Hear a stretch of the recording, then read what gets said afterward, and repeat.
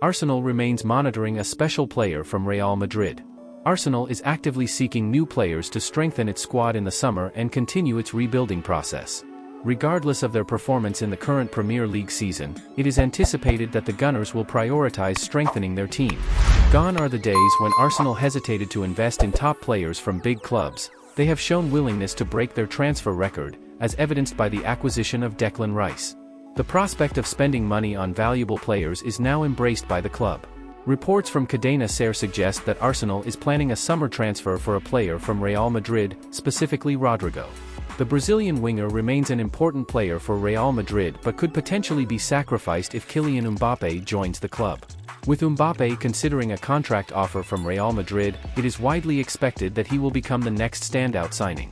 In this scenario, Rodrigo may find playing time limited, sparking interest from clubs like Arsenal, which is reportedly among several clubs monitoring his situation and considering adding him to their squad.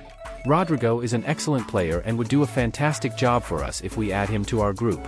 We are now one of the teams vying for him, and if we can offer him a good salary, we should persuade him to join other Brazilian players in London. ChatGPT. Arsenal sends scouts to Portugal on transfer mission, but Newcastle could spoil the plan. Arsenal continues its title fight in the Premier League alongside Liverpool and Manchester City.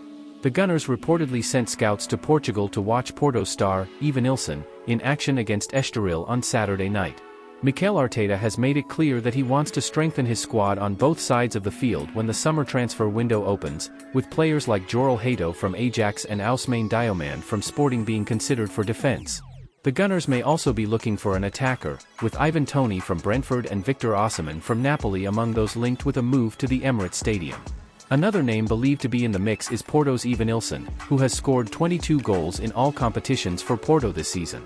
The Brazilian featured in both legs of the Gunners' round of 16 games against Porto but failed to find the net. A recent report from HIDC indicated that Arsenal representatives were in attendance during Porto's last league game, which ended in a surprising 1-0 away defeat to Estoril. Arsenal can hope to leverage its connections in Portugal to secure a deal for Evanilson, having kept an eye on the Primeira Liga by tracking stars like Diomande and Victor Gyökeres. However, Arteta's team isn't the only one monitoring Evanilson's progress, as Newcastle United was also present at Porto's defeat. The Magpies could lose Callum Wilson and Alexander Isak this summer, with many clubs interested in both players, which may force Eddie Howe to bolster his attacking options. Arsenal's boost from Saka, Timber's return hint, insights from training ahead of Luton clash. News on Arsenal's injuries as Bukayo Saka gives Mikel Arteta a boost before the Luton Town Challenge on Wednesday. Arsenal star, Bukayo Saka, trained with his teammates ahead of Wednesday's clash with Luton Town. The forward was substituted in the second half during the 0-0 draw with Manchester City on Sunday. Saka limped off the field at the Etihad Stadium with over 20 minutes remaining, causing a minor scare for Mikel Arteta in the Premier League match. The 22-year-old was accompanied by a physiotherapist off the pitch, raising concerns about physical issues after also being withdrawn from the England squad during the international break. Arteta was optimistic about Saka's chances of being involved against the Hatters on Wednesday. "He's fine," he told reporters on Tuesday at the Saba Realty Training Complex. "We didn't train, just recovery. Today we have a short, light session to prepare for the game and we'll see if he's in the best condition to start or not." In a major boost, Saka is now seen alongside the rest of the team, except for Jurrien Timber. He's doing very well. He's back in training. He's not far off, the issue is the final step, he hasn't played any minutes. The club held an open training session before the game with Saka involved as expected. He could be seen doing some light runs and warm-up exercises during a subdued start to the session. Takahiro Tomiyasu was also present, having made his first appearance for Arsenal in 2024 when he was called up as a late substitute against City.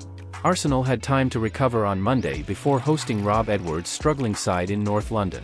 Arsenal will look to put pressure on Liverpool ahead of the Sheffield United encounter at Anfield on Thursday.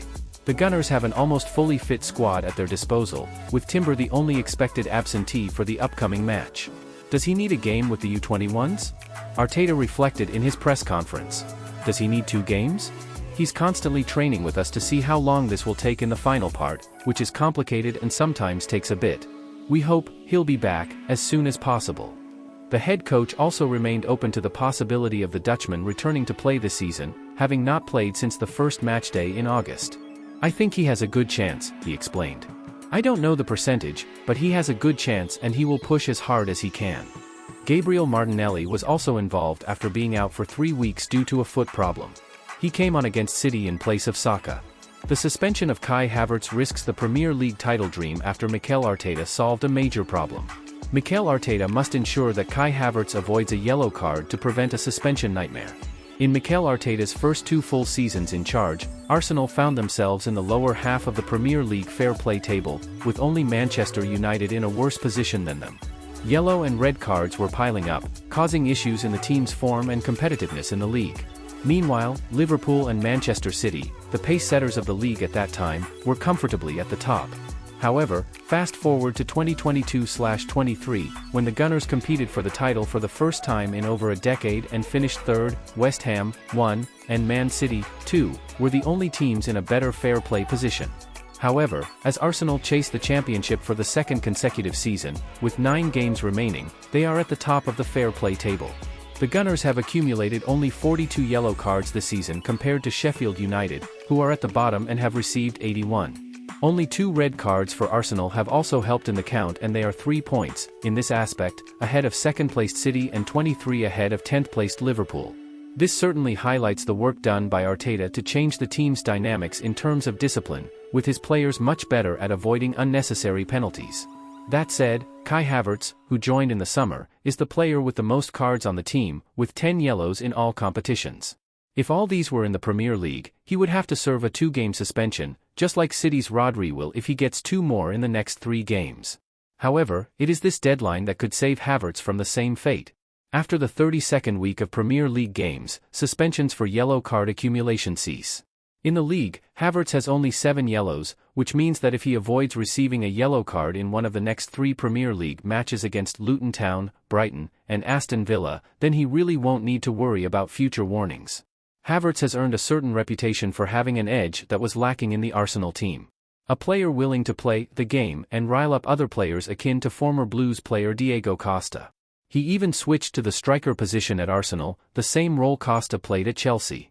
His form has been transformed under Arteta, and he would be a big loss if he missed 2 games before the end of the season. With Arsenal needing a potentially perfect run until the end of the campaign to have the best chances of winning the league title, they cannot afford to lose a trump card like Havertz. City lost Rodri due to suspension at the Emirates Stadium earlier in the season, and it cost them significantly. Arteta will ensure that his team does not suffer the same fate.